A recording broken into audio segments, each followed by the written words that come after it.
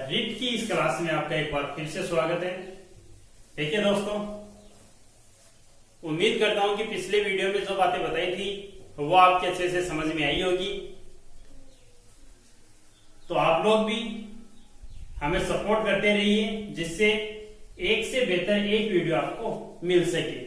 हमारा प्रयास यही है कि जो अपनी जनरल साइंस की क्वेश्चन है और जनरल साइंस में मेरे लायक जो क्वेश्चन है फिजिक्स के 6-7 क्वेश्चन है, उम्मीद ये करते हैं कि वो सभी क्वेश्चन आप सबके सही हो और इसी अकॉर्डिंग अपन अपनी तैयारी को जारी रखते हैं।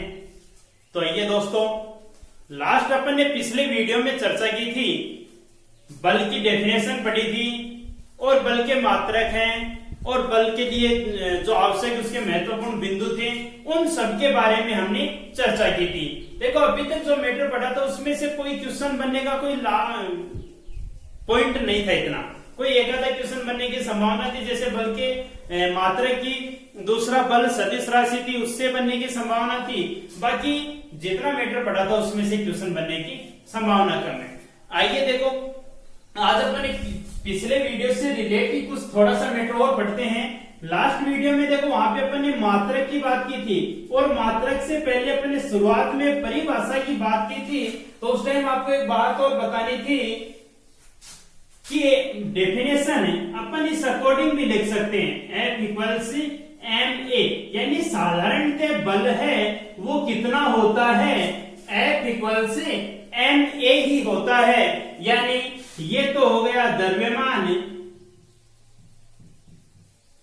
और ये क्या कहलाता है, ए से रिप्रेजेंट करते हैं, वो होता है उसका त्वरण होता है। ठीक है, त्वरण और मंदन की बातें मैंने आपको बताई थी कि वेग में परिवर्तन की दर है वो क्या कहलाता है, त्वरण कहलाता है। ठीक है, तो इसको डिफाइन आप ऐसे भी कर सकते हो कि द्रव्यमान और त्वरण का गुणनफल है वो किसको निरूपित करता है, बल को निरूपित करता है। ठीक है, अब देखिए, ये तो था साधारण। अपने पास यदि एक ही डायरेक्शन में कोई वस्तु है, जैसे मान लो पिंड था, इस पर बल लग रहा है, ठीक है, चाहे वो इस डायरेक्शन में लगी, इधर से लगी, किधर भी लगी, उन सबके लिए तो एक फॉर्मूला बन गया कि आपको ये कहते कि कोई 5 किलो द्रव्यमान की वस्तु है और 4 मीटर पर सेकंड स्क्वायर उसका त्वरण है, तो उस पर लगने वाला बल कितना है, तब तो आप आसानी से इसे गुणा करके बता सकते हो। ठीक है, दूसरी बात, आपसे कई बार ऐसा कह दे कि कोई पिंड है, यदि उसको एक रस्सी की सहायता से लटका दिया जाए तो उस पर लगने वाला बल कितना होगा। तो दोस्तों, ध्यान रखना इस चीज का कि यदि हवा में झूलती हुई कोई वस्तु है तो उस पर सदैव भार बल कार्य करता है। कौन सा बल है, भार बल। और वो भार बल उस पर कहां पे कार्य करता है, लंबवत नीचे की ओर, जिसका मान कितना होता है, ये तो F बराबर ma था, और भार बल का कितना होता है, द्रव्यमान वो का वो, फर्क इतना सा है कि जैसे मान लो ये वस्तु यहाँ पे लटकी हुई एक रस्सी की सहायता से, ठीक है, तो इस पर भार बल लगेगा नीचे की तरफ, यानी पृथ्वी कौन सा बल लगा रही है, इस पर गुरुत्वाकर्षण बल लगा रही है। उस गुरुत्वाकर्षण बल के अधीन वस्तु क्या है, स्थिर है। तो त्वरण ए है वो कौन सा जाएगा, गुरुत्वीय त्वरण हो जाएगा जी।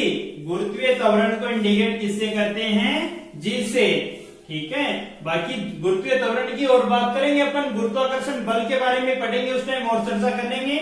यहाँ पर जी क्या है, गुरुत्वीय त्वरण है।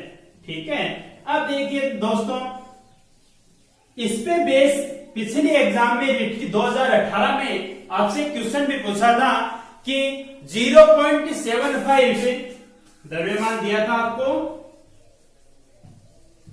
0.75 किलोग्राम की कोई वस्तु या कोई पिंड वो रस्सी की सहायता से किससे लटका है, छत से लटका है, तो उस पर लगने वाला बल कितना होगा। ठीक है, तो आसान सा क्वेश्चन था, फॉर्मूला जानते हो कि यदि हवा में झूलती हुई कोई वस्तु लटकी है तो उस पर भार बल कार्य करता है, उसे कितना कहते हैं, वो कितना होता है, सॉरी mg होता है। ठीक है, इसे किस नाम से इंडिकेट करते हैं, भार बल। ठीक है, इसके भार के कारण लगने वाला बल हो गया।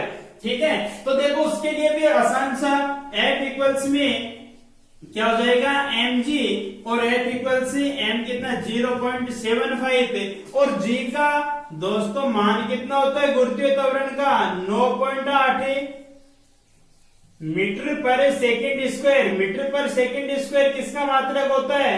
त्वरण का मात्रक होता है। ठीक है, तो ये भी गुरुत्वीय त्वरण ही तो है, तो कितनी वैल्यू होती है इसकी 9.8 मीटर पर सेकेंड स्क्वायर। ठीक है, तो देखिए अब वैल्यू कितनी बन जाएगी यहां से g का मान 9.8 है। कई बार देखो न्यूमेरिकल प्रॉब्लम अपन सोल्व करते हैं तो अपनी सुविधा के लिए इस मान को अप्रोक्सीमेट इक्वल्स में अपन कितना मान लेते हैं 10 मीटर पर सेकेंड स्क्वायर मान लेते हैं। ठीक है, जिससे कैलकुलेशन आसान हो जाए और अपने समय की बचत भी हो जाए। ठीक है, तो देखिए कितना बनेगा f इक्वल्स में 0.75 इंटू जी कितना है 9.8 होता है, तो 9.8 की गुणा करने की बजाय सीधा सीधा आप 10 से गुणा करके देख सकते हो। 10 से गुणा करोगे कितना आएगा 7.5 आ जाएगा, 7.5 न्यूटन है। लेकिन आप इस चीज का ध्यान रखना है कि देखो 9.8 से गुणा करें तो इससे कुछ कम वैल्यू आएगी। ठीक है ना, और आपको ऑप्शन में दे रखा है 7.34 न्यूटन है। ठीक है, तो इसका आंसर कौन सा बनेगा? ये बनेगा। अपन गुणा करेंगे 9.8 से तो आंसर आएगा यही। ठीक है, ये अपने जल्दी क्वेश्चन सोल्व हो जाए, इससे थोड़ा सा अनुमान भी अपने को लगाना पड़ेगा क्योंकि बाकी तो ऑप्शन में है ही नहीं। आपको पता है कि 7.5 आंसर आए हैं, तो इससे मतलब इससे कुछ कम भी हो सकता है क्योंकि 9.8 से गुणा करेंगे तो इससे कम भी आएगा। ठीक है, तो पूरा गुणा करना तो 7.34 आएंगे और यदि 10 से गुणा करेंगे तो कितना है 7.5 है। ठीक है, कर सकते हो आसानी से। आसान सा क्वेश्चन पूछा जाएगा आपसे, कोई ज्यादा टफ क्वेश्चन है नहीं पूछा जाएगा। अब देखिए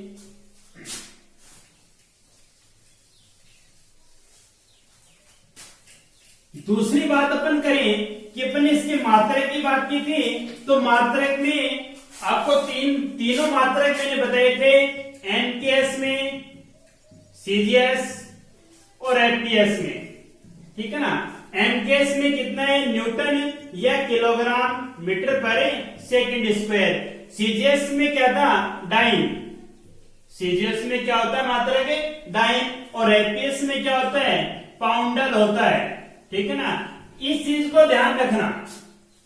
सीजीएस में मात्रक डाइन है, कई बार पूछ लेता है कि 1 न्यूटन बराबर है, तो 1 न्यूटन किसके बराबर होता है 10 की पावर 5 डाइन के बराबर होता है। 1 न्यूटन किसके बराबर होता है 10 की पावर 5 डाइन के बराबर होता है। यदि ऐसा लगे आप इसमें कंफ्यूज हो तो आप इससे ध्यान रखना कि सीजीएस मात्रक छोटा होता है, एनकेएस मात्रक बड़ा होता है, सीजीएस से उससे छोटा, क्योंकि एन में देखो किलोग्राम, सीजीएस में ग्राम है, एन में मीटर है, एनकेएस में, सीजीएस में सेंटीमीटर है। ठीक है, तो इससे छोटा होता ही नहीं 1 न्यूटन, वो 10 की पावर 5 डाइन के बराबर होता है। बात ध्यान में रहेगी। अब देखिए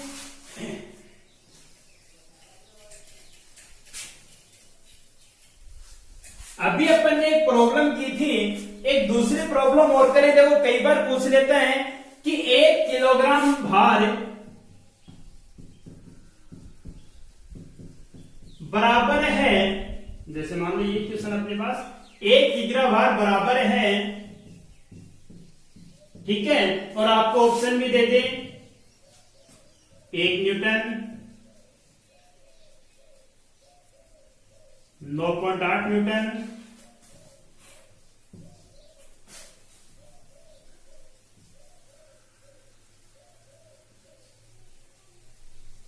20 न्यूटन,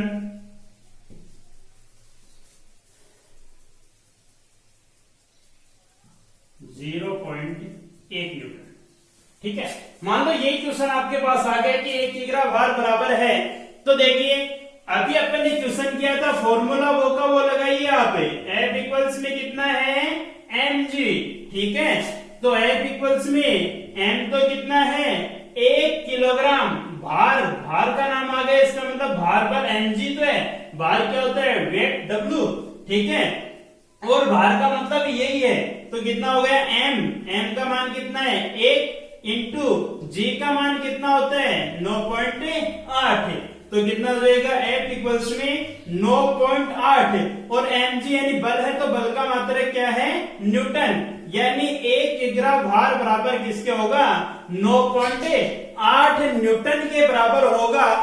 आरटेट 2012 में क्वेश्चन आया था इस पे, वैसे उसमें केवल इतना सा पूछा था आपको कि 26 किग्रा भार बराबर है। ठीक है, ऑप्शन देख लेना पिछले पेपर में कौन कौन से ऑप्शन दे रखे थे, तो उसको सोल्व कैसे करोगे, यही F इक्वल्स में mg यानी F इक्वल्स में m की जगह कितना है 26 इंटू g की जगह कितना है 9.8 यानी F इक्वल्स में कितना हो जाएगा, देखो 10 से गुणा करें तो सीधा सीधा 260 आएगा।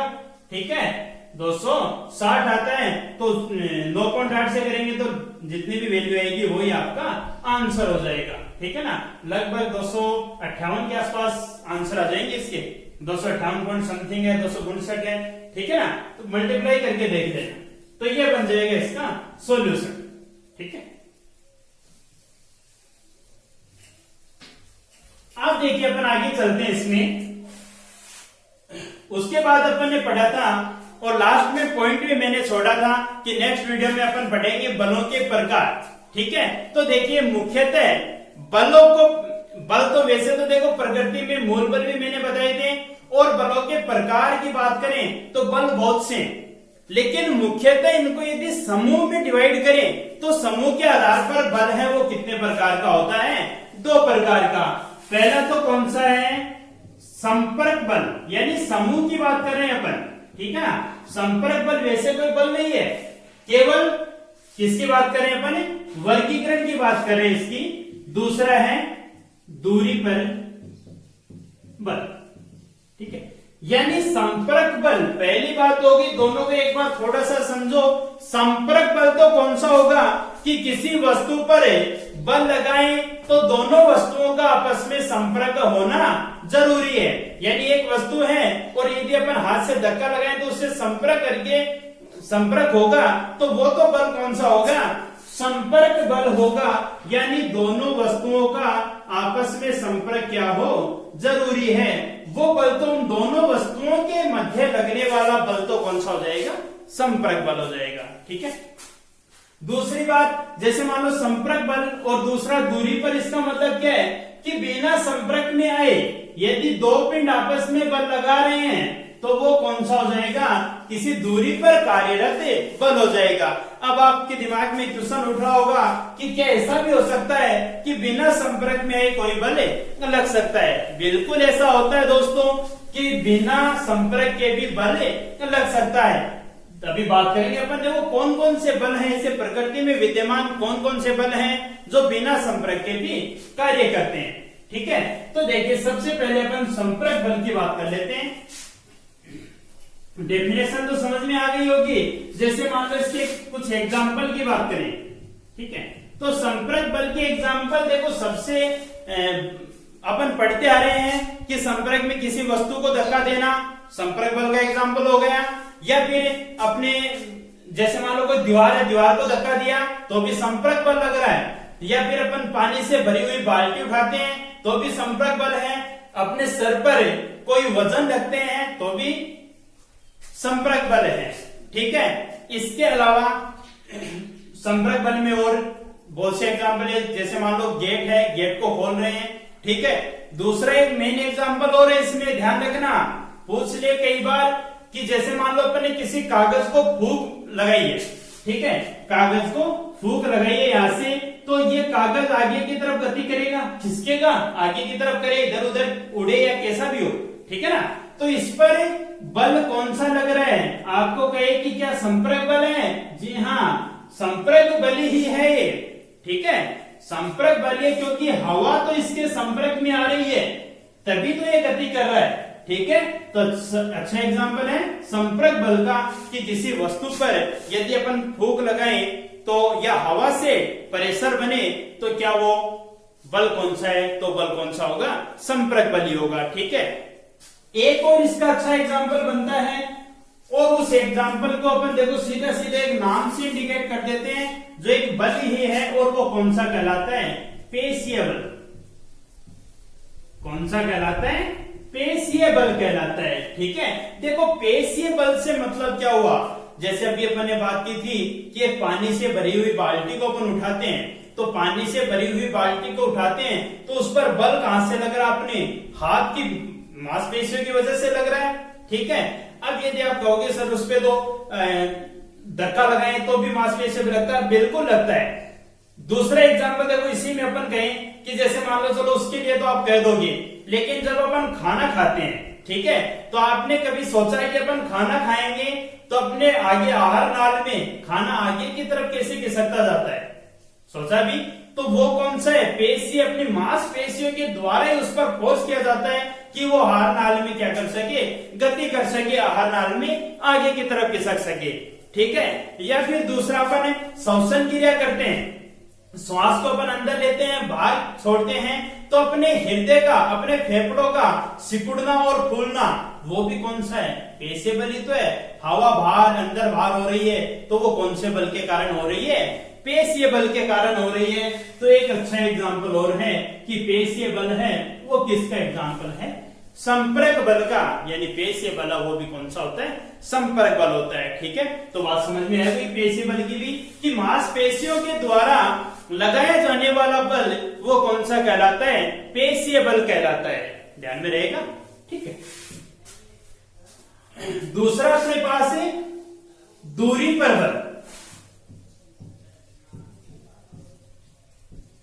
दूरी पर बल, देखिए दूरी पर बल कैसे लग सकता है, जैसे मान लो, देखो अनेक से एग्जाम्पल अपने पास, आपने या हम लोगों ने बचपन में देखो बहुत सा किया है कि एक चुंबक का टुकड़ा हाथ में उठाया और कुछ कागज के लोहे के टुकड़े हैं, या फिर चुंबक को मिट्टी में थोड़ी देर घिसने के पश्चात उसके जो सरंदर टूटते थे उनको क्या करते, पास में ले जाते तो वो खींचे आते। ठीक है ना, यानी देखो चुंबक को अपन पास से लिए, संपर्क में तो नहीं लेके, पास ही रखिए अपन ने, और वो क्या होते हैं, उससे चिपकते हैं, तो वो कौन सा है, दूरी पर ही तो बल लग रहा है, संपर्क में तो अपन लेके नहीं गए। या फिर आपने वो तो कौन सा बनता है, देखो चुंबक के लिए चुंबकीय बल कहते हैं उसे, कौन सा बल कहते हैं, चुंबकीय बल। दूसरी बात है गुरुत्वाकर्षण की कर लो, गुरुत्वाकर्षण बल भी क्या है, अपन यहाँ पे खड़े हैं, अपन तो चलो पृथ्वी पे हैं, ठीक है, कि अपन तो संपर्क में आ गए पृथ्वी के, यदि संपर्क में नहीं हो, अपन ने किसी वस्तु को हवा में उछाला, तो हवा में उछाला तो वो वस्तु भी नीचे की तरफ आती है, पृथ्वी उस पर गुरुत्वाकर्षण बल तो लगा रही है कि नहीं, तो वो गुरुत्वाकर्षण बल लग रहा है, वो भी किसका एग्जाम्पल हो गया, कि एक निश्चित दूरी या एक दूरी पर, निश्चित नहीं सॉरी, एक दूरी पर कार्यरत बल हो गया। ठीक है, तो गुरुत्वाकर्षण बल भी कह सकते हैं।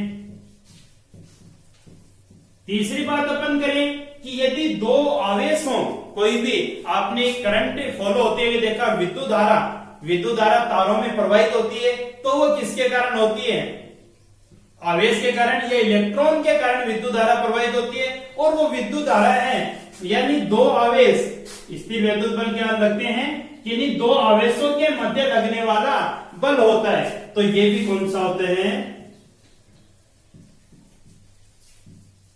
स्थिर विद्युत बल भी क्या है, कुछ दूरी पर कार्य करने वाला बल होता है। बात समझ में आई? तो ये मुख्यतः अपने पास दो था, बलों का वर्गीकरण था, और बल है वो दो प्रकार के थे। ठीक है ना, अब देखो इसके बाद अपन चर्चा करें, अब अपन अलग अलग देखो इन बलों के बारे में पढ़ते हैं कि कौन सा बल है, वो कैसे लगता है, कैसे कार्य करता है, उसकी वैल्यू कितनी होती है। तो देखो सबसे पहले अपन बात करें, एक अपने पास पॉइंट है समागी बल। समागी बल, देखो समागी बल से मतलब क्या है कि कोई भी, जैसे मान लो एक पदार्थ की बात करें, एक वस्तु की बात कर लेते हैं अपन, ठीक है, इस वस्तु पर देखो बल कितने लग सकता है, इधर भी लग सकता है, ठीक है, दूसरा बल वो भी इधर लग सकता है, ठीक है, इधर भी लग सकता है, इधर भी लग सकता है, इधर भी, यानी चारों तरफ इसके जहां पे अपन चाहे वहां पे बल लग सकता है। ठीक है, तो समागी बल से मतलब क्या है, देखो मुख्यतः समागी बल की भी तीन स्टेप बनती है अपने पास। ठीक है, देखिए समागी बल यानी एक ही बिंदु पर, ये प्रश्न हो गया, एक ही बिंदु पर एक या दो से अधिक, ऐसा कह दो कि दो या दो से अधिक बल एक ही बिंदु पर कार्यरत हो तो वो बल क्या कहलाते हैं, समागी बल कहलाते हैं। दूसरी बात ये भी ध्यान रखना कि उन बलों की क्रिया रेखा है वो भी क्या होनी चाहिए, एक ही होनी चाहिए, तो वो बल कौन से कहलाएंगे, समागी बल कहलाएंगे। ठीक है ना, यानी एक बिंदु पर कार्यरत एक बल लग गया, दूसरा भी लग गया, तीसरा भी मान लो यहीं पे लग रहा। अब ये जरूरी नहीं कि एक ही दिशा में लगे, इधर भी तो लग सकता है। ठीक है ना, बल इधर भी लग सकता है, ये भी जरूरी नहीं कि इधर इधर ही लगे, बल इधर भी लगा सकते हैं। ठीक है ना, तो समागी बल क्या होगा कि दो या दो से किसी वस्तु पर दो या दो से अधिक बल एक ही सरल रेखा में कार्यरत हो तो वो कौन से बल कहलाते हैं, समागी बल कहलाते हैं। यानी ये देखो कि मार्ग एक हो तो वो कौन से, समागी बल कहलाते हैं। ठीक है, अब देखिए समागी बल की बात हो गई। अब समागी बल है वो कितने प्रकार से हो सकता है, जैसे अपन मान के चले कि अपने पास दो बल हैं, ठीक है, तो इसकी कितने स्टेप बन सकते हैं, 3 स्टेप बन सकते हैं क्या, कि एक तो दोनों बल हैं एक ही दिशा में कार्यरत हो,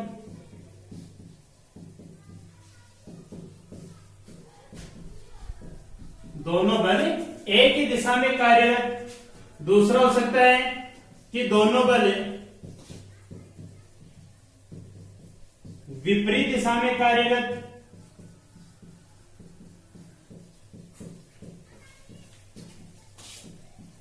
ठीक है, तीसरी बात कह सकते हैं कि दोनों बल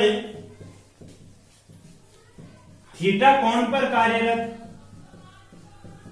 क्या हो, दोनों बल थीटा कोण पर कार्यरत। अब देखिए आसान सी बात, अच्छा पॉइंट बनता है, क्वेश्चन बन जाता है। यहां से ध्यान से देखना, पहली बात अपने पास दोनों बल एक ही दिशा में कार्यरत है।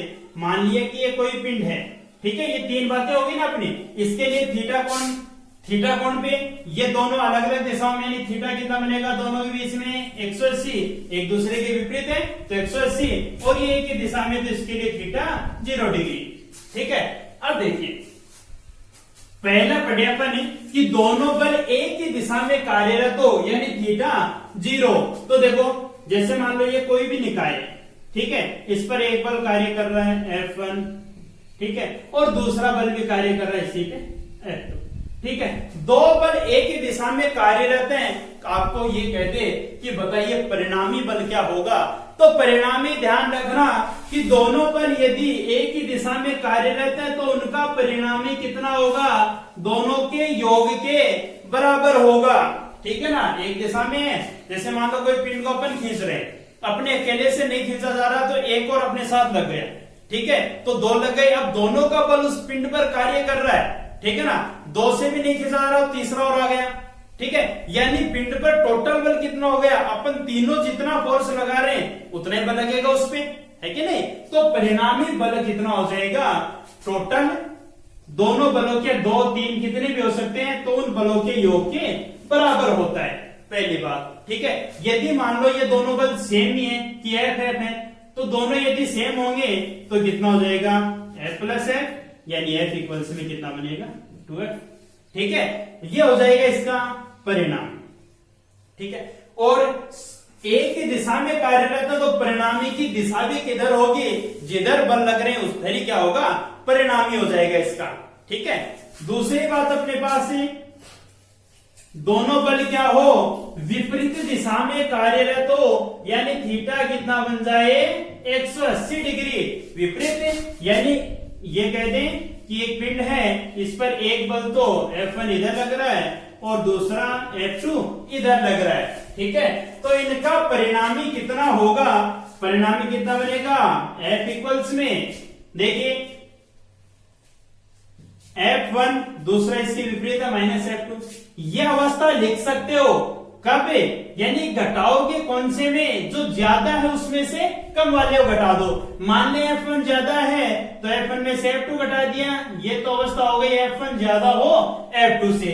दूसरा अपन कह सकते हैं F2 माइनस F1 भी कह सकते हैं कि यदि मान लो F2 ज्यादा हो किससे, F1 से, तो भी कितना बनेगा, F2 ज्यादा है F1 से। हो गई बात क्लियर। ठीक है, अब देखिए बात आ जाए इनकी दिशा की कि ये अवस्था बन रही है, इनमें दिशा किधर होगी, कि लगने वाले बल की दिशा कितनी होगी। तो देखिए इसमें F1 ज्यादा है तो परिणामी किधर लगेगा, ये डायरेक्शन हो जाएगी। पहली अवस्था में तो दिशा किधर होगी, F1 किधर, यानी कहने का मतलब ये सीधा सीधा कि जो भी बल ज्यादा कार्य कर रहा है उसकी तरफ उसकी दिशा होगी। और दूसरी अवस्था के लिए कौन सी हो जाएगी, ये हो जाएगी। अब आपके दिमाग में एक बात आ रही है कि आप हमेशा बल इधर उधर ही लगाते हो, ठीक है, कोई दूसरी अवस्था भी हो सकती है, बिल्कुल जरूरी नहीं है कि बल इधर ही लगे, बल की डायरेक्शन ये भी तो हो सकती है, बल की डायरेक्शन ये भी हो सकती है, ये F1 ये F2। अब बताइए इसके लिए, अब बताओ इसकी डायरेक्शन किधर होगी। देखो यदि F2 ज्यादा है F1 कम है तो दिशा किधर बनेगी, बात तो वो की वही है, F2 की दिशा देखो ये है, ठीक है, यानी पहली कंडीशन ये, तो इसमें परिणामी तो यही बनेंगे, ठीक है ना। फर्क कितना सा रहेगा कि इसका रिजल्टेंट यदि F2 ज्यादा है तो इसकी डायरेक्शन किधर होगी, यही, यानी एक पतला व्यक्ति है और एक भारी भरकम व्यक्ति है, दोनों के बीच में एक पिंड रखा है, तो उस पिंड पर देखिए, उस पिंड पर यदि दोनों पर लगाएं तो बताइए पिंड की गति किधर होगी, ये तो यानी कि पतले वाले से भारी वाले की तरफ होगी, किधर होगी, भारी से पतले की तरफ है, यानी F2 ज्यादा है F1 कम है तो डायरेक्शन ये, यदि F1 ज्यादा है F2 कम है तो डायरेक्शन ये हो जाएगी, ठीक है, आई बात समझ में। तीसरी अवस्था और सबसे इंपॉर्टेंट अवस्था अपने पास है कि यदि बल थीटा कोण पर कार्यरत, थीटा कोण पर कार्यरत। देखो थीटा कोण से मतलब जैसे मान लो ये कोई पिंड हो गया, ठीक है, इस पर एक बल ये लग रहा है, एक बल ये लग रहा है, F1 है, ठीक है, तो इसका रिजल्टेंट कितना होगा, तो इसके लिए आप ध्यान रखोगे इनका परिणामी है वो एक फॉर्मूले के द्वारा निरूपित किया जाता है, और वो फॉर्मूला कितना होता है, F1 square plus F2 square plus 2F1 F2 cos theta, आई बात समझ में। और इसका क्या होता है, अंडर रूट होता है, ये होता है इसका परिणामी बल, ठीक है, F1 square plus F2 square plus 2F1 F2 cos theta, ये इसका परिणामी बल। अब देखो इसके लिए अपन तीनों स्टेप करके देखते हैं। पहली स्थिति कौन सी, थीटा इक्वल्स में जीरो वाली, थीटा इक्वल्स में जीरो है तब देखो वैल्यू कितनी बनेगी, F इक्वल्स, और ये भी मान लेते हैं कि F1 और F2 क्या है, बराबर है, और कितने F, यानी बल है वो F ही कार्य कर रहा है, ठीक है। तो देखिए अब इस स्थिति में थीटा जीरो है, उस स्थिति में वैल्यू कितनी हो जाएगी, देखो F1 स्क्वायर यानी F square plus F2 square यानी F स्क्वायर प्लस 2F1 यानी F2 यानी F कोस थीटा, थीटा कितना है जीरो, और कोस जीरो का मान कितना होता है, एक होता है, तो कितना आ जाएगा, एक हो गया, ठीक है।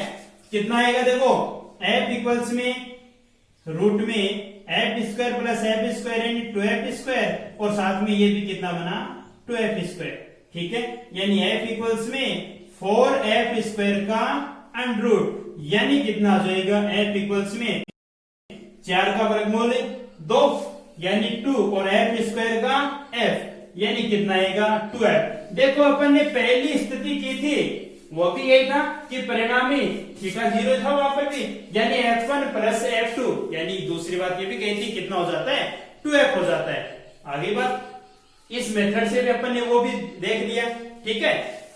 दूसरी स्थिति कौन सी बन सकती है, कितना भी एंगल हो सकता है, जरूरी नहीं कि अपन 3 स्थितियां कर रहे हैं वही हो, कितने भी एंगल हो सकते हैं, ठीक है, 60 डिग्री भी हो जाए, 90 भी हो जाए, 120 भी हो जाए, 180 भी हो जाए। अपन मुख्यतः 3 अपने पास है, 0 3 स्थितियां जो पड़ी हैं वही देख लेते अपन। दूसरी स्थिति देखो, थीटा कितना है 180, 90 मान लेते हैं, थीटा कितना है 90, तो F इक्वल्स में कितना होगा, F square plus F square plus 2FF, ठीक है। cos 90 कितना होता है 0, तो ये मान दो टोटली क्या हो जाएगा 0, यानी F इक्वल्स में क्या बनेगा रूट में 2f², यानी f इक्वल्स कितना आ जाएगा 2 रूट में f। ये बन जाएगा कहां पे 90 डिग्री पे, ठीक है। और तीसरी अवस्था और देख लेते हैं अपन, थीटा कितना बनेगा 180, यदि थीटा कितना हो 180 डिग्री। ये अपनी दूसरी अवस्था जो पढ़ी थी ना इससे पहले, उसकी बात हो गई कि दोनों बल एक दूसरे के विपरीत हो। तो देखो कितना बनेगा f इक्वल्स में f1 की जगह f² प्लस f² प्लस में 2f और cos थीटा की जगह रखो 180।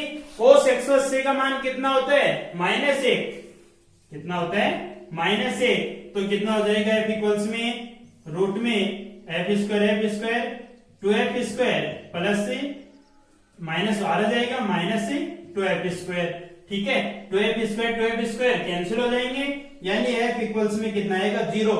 ये देखो अभी आप कहोगे कि अभी तो बल लगाए थे तो वैल्यू आई थी अपने पास f1 f2, ठीक है। और अपन ने f कहा था कि f1 -f2 f2 -f1, कि अब तो 0 आ रहा है। जब दोनों बल बराबर हों, जब दोनों बल बराबर होंगे तो वस्तु न तो इधर जाएगी न ही इधर जाएगी, उस स्थिति में f कितना होगा 0 ही होगा, ठीक है। आई बात समझ में, ठीक है। तो वीडियो को आराम से देखिए, आराम से अपनी तैयारी को जारी रखिए, ठीक है। एक बार में यदि देखो फिजिक्स है और बायोलॉजी के स्टूडेंट्स हैं जो साथी हैं, उनके समस्या आ जाती है फिजिक्स की, ठीक है ना, तो वो वीडियो को रिपीट करके भी देख सकते हैं, ठीक है। बाकी बातें करेंगे अपन नेक्स्ट में। धन्यवाद।